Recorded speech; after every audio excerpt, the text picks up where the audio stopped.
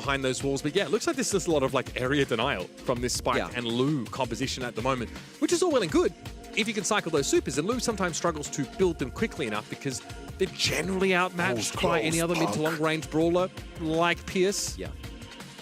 Okay, but final pick is in here. And I don't know if OLIMPO squad have kept themselves safe enough against something super aggro. You look at the bans. Got rid of Charlie. Okay, so what's your method for defense going to be? Now, that Charlie ban does open up Pierce for them, so that's pretty useful, but the mid has already been selected by Eternal. So this would be like when a Mortis would come in. Like, Mortis would be fantastic into M's. It would be great into the Pierce. So Chester, also goal banned. Like, what is their method? Okay, Stu can keep the distance, but it's not really a total counter. Like, Stu doesn't prevent your teammates from getting killed by Mortis. Okay, so it is challenging to deal with both the Pierce and a Stu at the same time because they generate threat at very different proximities, right? Stu is going to run at you, whereas if Pierce, as we know, Pierce is one of the most powerful brawlers in the game if you're consistently hitting those shots. This super is also a circle. Oh, that's true. Yeah, let's do this so many. Actually, it's crazy. The Venn diagrams are going to be off the chart in this game. But again, like both teams are drafted compositions that want to punish that, attempt to stay in the zone, which of course is the objective of Hot Zone. And Larry and Laurie, it feels like it's been quite some time since we've sort of seen them in the mix here. But it is pretty nice sometimes to try and last pick a thrower if your opponents don't have a thrower that naturally outranges you, like the Juju sometimes we see on this map. So reasonable here, and also,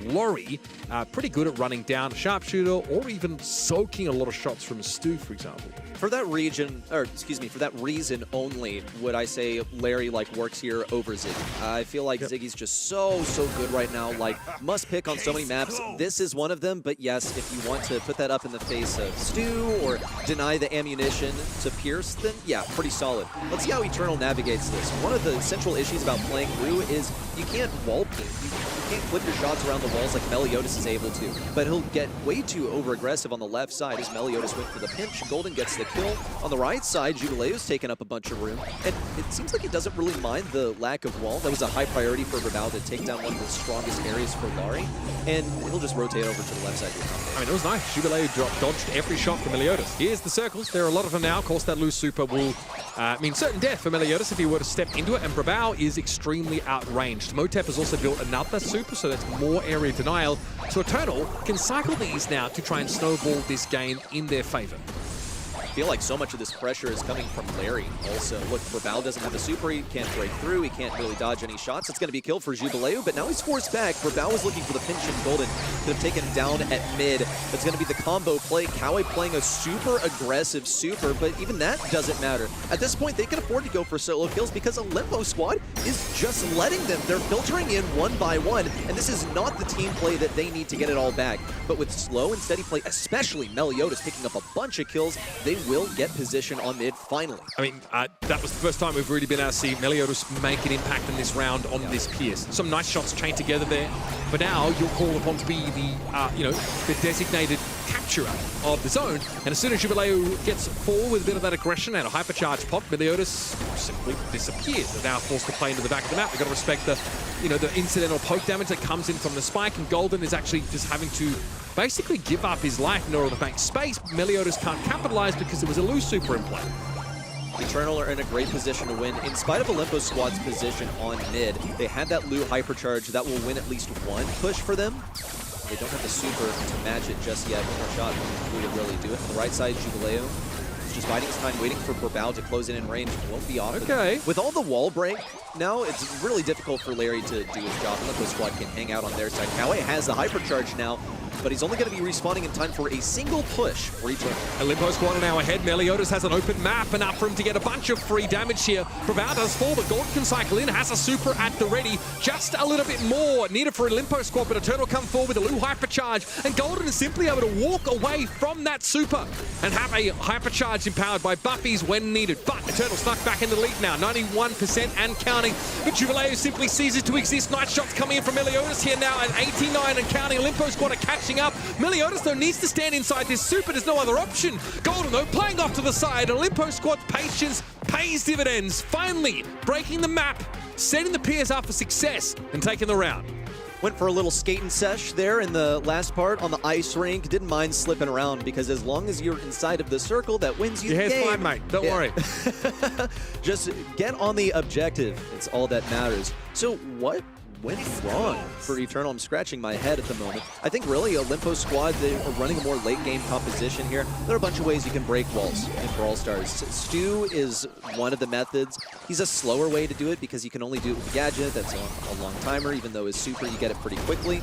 He's being denied value really hard by Eternal. Unfortunately, though, it means that Larry's not getting in an aggressive position, and as a result, it's been difficult for Eternal as a whole to move forward. But individual lane victories might be the vector by which they enter mid. Kawe has that super, and he has position. Yeah, I mean, Kawe has to respect Meliodas' damage, so hasn't spent as much time on the point, but Golden is losing out to Motep right now pretty heavily.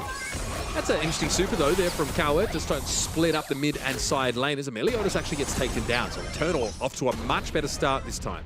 They are, though they did finally give the Stu the super. Something that stood out to me was Jubileo was playing just on the edge of the range for so long, and then he stepped in, gave Rabao his super. Now, Rabao's going to have to be cautious about where he uses this because Jubileo is now keeping so much range that it's not even guaranteed that Rabao would get it back. Rabao gets the chain. Finally, Olimpo squad can get some momentum, but they're down 50% at this point, so it's going to be a rough ride. They need to get Golden forward somehow. They are trapped in a very challenging lane matchup, but I don't think they'd rather be going up against the Larry and Laurie. That's just kind of the way things are right now for the M's. Upcharge super here from the Spike. Well, covers up enough the point here to force Olimpo squad back. Kawe now ceases to exist. Flattened there by the Meliodas super. Now Olimpo squad starting to mount a comeback. But a bit of an ignoble end suffered there by Brabauer on that left-hand side. Meliodas is caught inside that super. I don't see them coming back in this one if Eternal can solidify this hole too much more. And I think they can, as long as they get Jubileo in the correct lane. Brabao is that right of dashing forward. Jubileo just needs a little bit more supercharge. Looks like Meliodas would actually be an easier target. Yeah, just gonna go for it. Has the super. Make it double. Now, double trouble now. Advancing towards Brabao. Just, wow, I'm surprised he survived that long. He was not able to stop this one. This momentum from Eternal as they put this one away, bringing us to an equal scoreline in set 2. Yeah, looking a little bit sus. The M's positioning there on that map, it's just a pretty challenging matchup to win. You're constantly being poked down by the Spike, and you don't really have a way to navigate those walls. You can't curve your shots or anything like that. Obviously, you only fire that cone. So I don't know, though, if you're any more confident trying to take on the Larry and Laurie. But Golden is starting on the right side of the map this time around. I just think whichever matchup M is forced into, it's tough for her. She needs space. She needs a lane matchup elsewhere to be won, so she can come in a pinch. But unfortunately, Meliodas straight up loses to a Larry in mid. Yeah, Jubileo moved over to the left side. It was a effort by two players at the same time, Mim and Kawe both. On the right side, we'll see Golden being forced back pretty well. That clone is going absolutely nowhere. Larry could use a mind of, Laurie could use a mind of his own on occasion. On the left side, you see Brabauer has also gotten that super. He can break open the wall. And yeah, he'll just go for it on this left side. Knows that he's going to be getting it back, so he'll be able to play around Spike on the left side, get that next super, deny positioning, the aggressive positioning for Larry. Note also how low the percentage is so far at this point in the game. Just no one's had reliable control. I think Golden's positioning is really important. Now look how far up the map the Ems has been able to get. It's pretty threatening. Meliodas can capitalize here and step up onto the point. Motep, though, no matter who is fighting the Spike, they're having a tough time. Brabao is likely to be alive, less than 100 health, and they have to give up the map entirely to try and heal. Kawe does pop that gadget, but it might not save him now, as, yep, the Pierce gadget came on in. Meliodas is having some uninterrupted time on the point. Golden's going to have to fight their way back into the map, but this is a nice lead for Olimpo squad to work with. No, it's looking much better for them. Look at the wall break also. Left side, pretty open. Tiny little obstacle for Meliodas to hide behind. And it should be their key to victory. You see that lose super, but no one's really there to play off of it. That's fine. Usually it's just to save yourself from getting pushed onto that, or off of the point. Eternal still are lacking that control. Maybe the Spike Hypercharge will change things over to the right side just to zone things out. Combine that with the Larry Hypercharge that, I don't know if it really added too much. Doesn't even get the kill on Golden until now. That final parting shot will help them get the advantage. Brabao, however, is dodging these shots really, really effectively. Make it one. Who Ooh, he can even go for 2.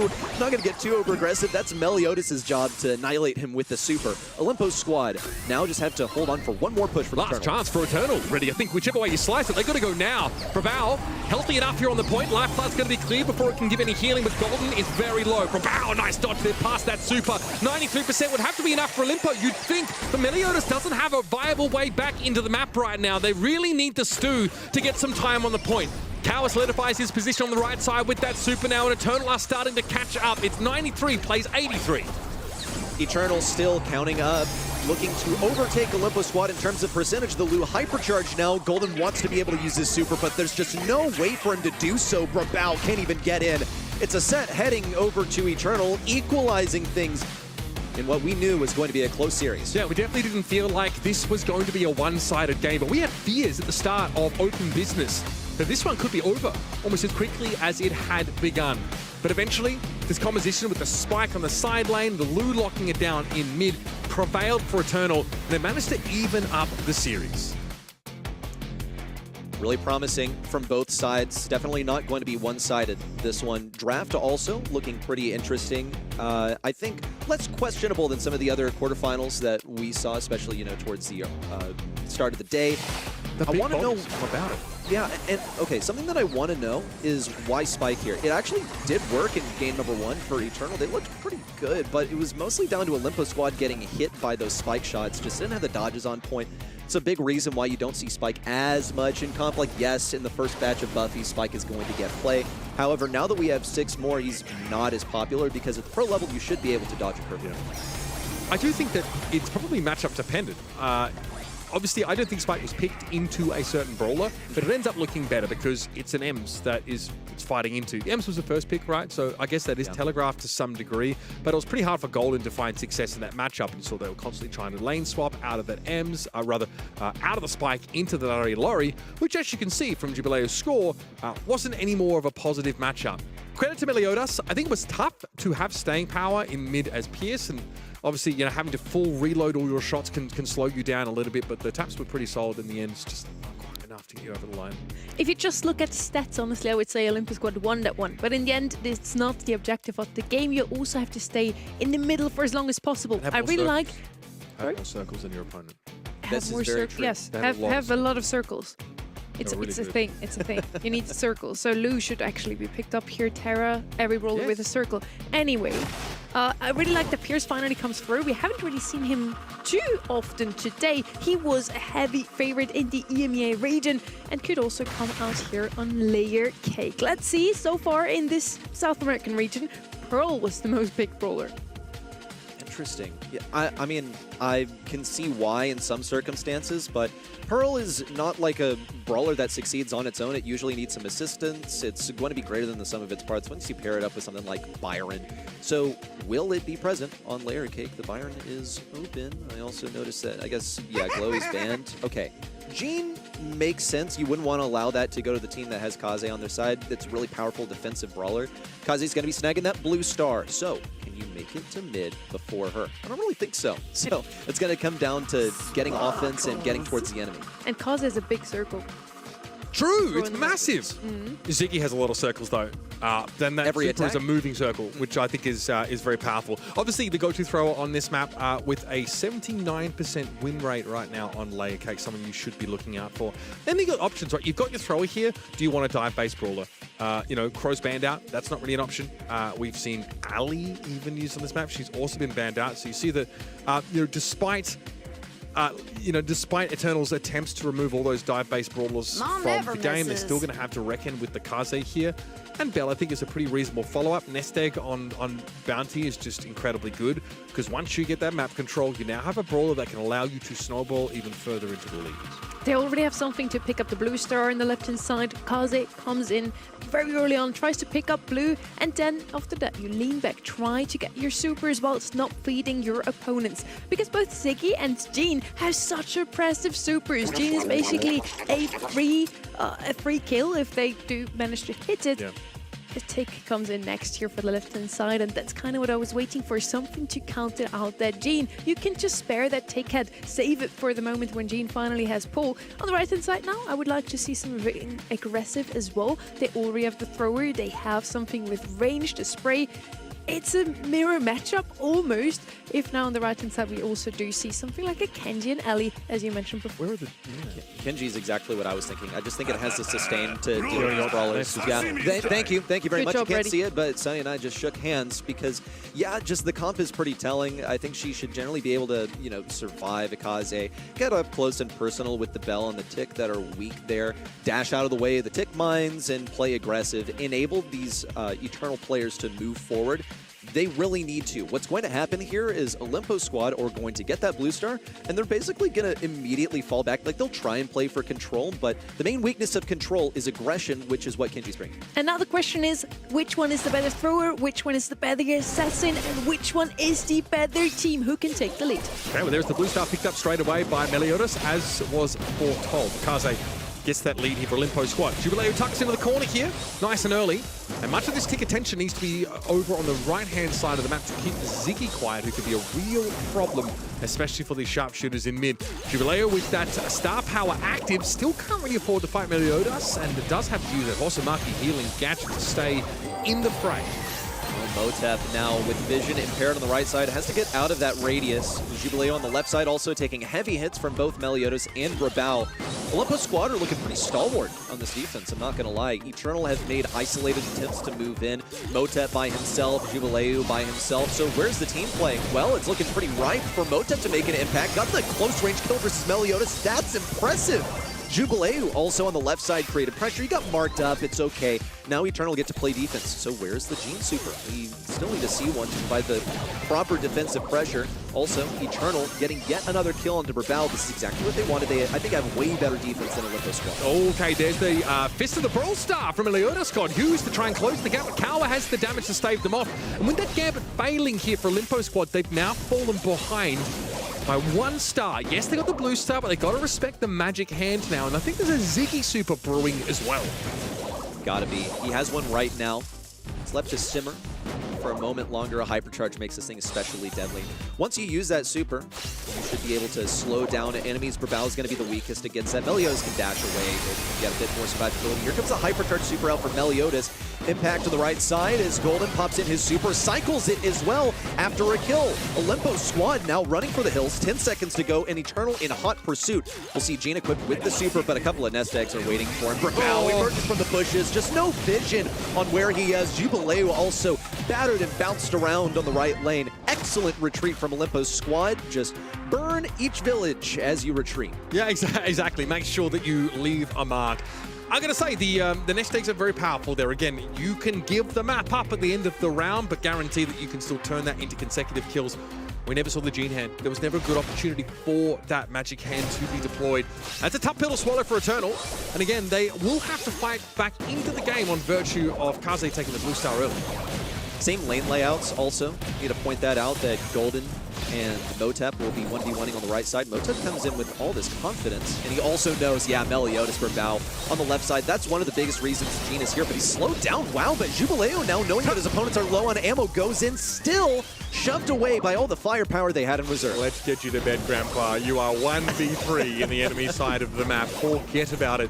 Meliodas here with in-ranged form, throwing out a bit of damage, also flashing a potential super engagement. Kawa takes a hit in order to come forward at all. Definitely feels like OLIMPO squad have the lead now, and a super thrown down to control this left side of the map. That's why Kawa has to move over to the right. Bit of a pinch here. Oh, Jubileo gets marked up and then blown up by the tickhead by all appearances. OLIMPO squad have themselves a 9-star lead with a minute left to play. Kind of big brain, though. I feel like it was worth it for Kenji to just go in on the tick head, just to also get rid of his mark. He knew he was going to die at some point anyway. Now, ooh, pretty serious super there from Jubileo. On his way to cycling his hypercharge, it's going to be the method by which they hope to get in the end. That was a pretty aggressive prediction from Gene on the right side. Jubileo trying to get away from this tick super. Looks like he's going to succeed and rotate over towards Kawa BR to defend him. Now moving towards the bottom, it's kind of a cat and mouse game. Kawa BR still goes down to those mines from Golden. Jubileo also bounced around. Deadly aim from Brabal keeps them 12 stars in the lead. Now, this is South America for you folks. You cannot predict this region, so don't even try. You're best off throwing your darts at the board and going with whatever you see there. Yep. Here goes Meliodas, another lamp blowout. They're going to deny him. Caught by the magic hand. In comes the dash, though. Maybe the bell actually was caught inside that super. Two players snarled up, and now OLIMPO Squad's lead is starting to get pretty thin. Meliodas, though, dives deep, and alongside Golden, they're able to find 2 more kills. That will seal the deal. Even the invulnerability frames of Slashini won't be enough to keep Jubileo alive. And OLIMPO Squad end the round and set via total of kills. They get to 22. They rack up their second set. Outdraft? Outplay? No, I think it was more of outdraft. You saw the attempts. You saw Ziggy trying to push in versus a tick, and when he managed to get past that minefield, it was 3 hungry brawlers waiting to take advantage of his positioning in close range. You also see MG all the way on the left side, just like, where was the team play? Really is the biggest question for me. A lot of times you would play around Gene, use the healing. It was so disjointed, it felt like I saw 3 individual lane matchups rather than a team. OLIMPO Squad make the right choice. They see 3 aggressive tanks with gap close abilities, 3 dive-style brawlers banned out, and they take the Kaze straight away. You're forced to turn all around at the composition with the Kenji, who right now is not the premium option for the gap-closing assassin-type brawler. So you've already won in that part of the draft. Then you fill your comp out with, Tick, who's going to be great against Ziggy, will outrange him in most cases and has last hurrah to stop those dives. And you've got the Bell, who's got amazing control with those nest eggs. You're in a great spot. Yeah, in the end, we have a thrower and an assassin on both of those sides. Pair it with a Gene or a Bell. Bell comp comes out on top because the Gene also didn't hit too many pulls, honestly. I have to be the bad cop in this one. He hit a nice one. With that last hypercharge pull, he got 2 people. And one of them was the Bell. 2? Oh, yeah, as well. So, that was pretty nice. Still not enough because they were like...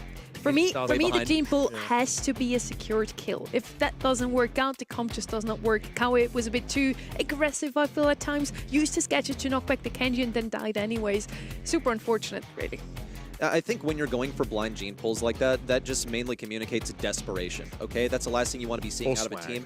Yeah, yes, but also when your enemy sees that you're desperate, then they feel more confident in going for certain moves or baiting you into certain things. And I think just like on a micro-mechanical level, this was a victory also. It's such a funny hypercharge because you most of the time don't actually want to get more than one person in the magic hand because you probably will just get traded. So you'll almost try and miss it and you favor just like the raw stats or just having, I don't even know really, it's an odd one. Still, the Gene doesn't play out, but there's still plenty of opportunities to make those kind of brawlers work. Kind of agree with you there. Maybe the Gene hypercharge needs to be looked at once more. It's kind of like a Mendy hypercharge. Brock, please! But with Mendy, you actually hit 3 different people at the same time. It's super strong. Terra is going to be our first pick here. We're on double swoosh. We have a very bushy map, so you pick something with a lot of area control. Terra is also super good on gem grab because you can turn the match around. When the opponent gets snatched up by your super at the end, you can claim those gems. Sandy's going to be banned out this time around the left-hand side. Ems as well. Those 2 are usually the Terra counters because the shadows don't really do too much. Yeah, but you can rage bait those single-shot brawlers with your help from beyond and actually use that to turn it into some map control, which I like. Tara has to probably take the safe lane because her range is so short. She's still quite powerful. Spike, though, is very good at scouting these bushes out with that vision gear. But I'm seeing a better way to do that. Like, wouldn't you just play Gene if you want to see inside those bushes? I feel like you have a lot more vision. But yes, it should be a pretty solid way of playing the lane. And it's also like a safe pick, right? We've seen this one played earlier, and it worked like okay. I think it got the set victory. Buster. Okay, so moving on to what you play into Tara. You can see from the bans of Eternal, they just wanted the Tara first pick. Okay, it screams Tara, this one. The only thing that they're missing is the Pearl, not necessarily a Tara counter. But Buster is able to punch through all those shades. He's immune to any kind of CC once he uses his super. So that's, of course, if he's paired up with Kevlar Vest. Now, on Eternal, they pick up the Mortis and the Max. Really interesting. Is the Max just a delivery mechanism? Get that Tara her hypercharge faster? Very quick picks here. Max probably going to be the gem carrier. She can dash out of the way.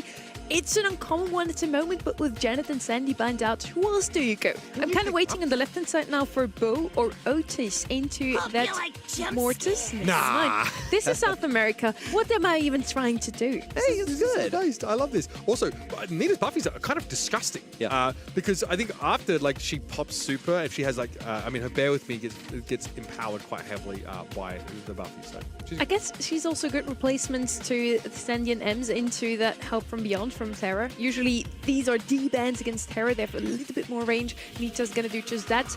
But Nita's not going to do too much into that Mortis. Yes, of course, she's going to get Bear eventually, but I heavily side with that right-hand side comp right now. Interesting. I'm trying to be more of a Nita believer lately, so I guess I'll just put some blind faith in the Nita. That's a rare skin for Golden, by the way, the red-nosed Nita. But let's get a look at it. How does that Nita fare into the Mortis? It seems to be exactly what it's here to counter. Mortis going into the entire enemy team isn't going to get any kills, but it is going to get him supercharged and some hypercharge for later. Here's the matchup that Braval wanted versus the Tara. It's exactly what this Buster was picked for. So far, so good for OLIMPO squad. They've at least gotten that Bear down, but no kill on the Jubileo. He's now closer to a super. It's not faux fur, is it? Might be the stun catcher on the Nita. Could be good with the Sonic power against the Mortis. It's quite nice if you can get it off. Golden with hypercharge doesn't actually opt to use it there, but still able to deploy the Bear. Jubileo's just going to dive constantly. There's Braval with the super. Motep does not see that coming. Slow-mo replay drags the Max in, and that's a gem carrier that is gobbled down. On the right side, Golden does have that stomp, but it's not going to stun anyone. It's just a deterrent, everyone. And on the back lines, Braval gets the best of Mortis. He's not really able to stun that Mortis unless he does have his gadget ready. And even then, it only brings Mortis closer to you. This could be the big chain for Jubileo. There's no Bear to deter. He can go in with the super, but he doesn't have hypercharge. That is what you want at this stage of the game. Deep in enemy territory, OLIMPO squad have 10 seconds that they need to survive. Jubileo sucked in, gets the heal, but it's fine. The super is here for Braval. OLIMPO squad move on to match point. Bro, Eternal Windmill slammed their composition. When they saw the Buster, they immediately picked up Mortis Max, like straight away. Like no concern whatsoever. That was super nice from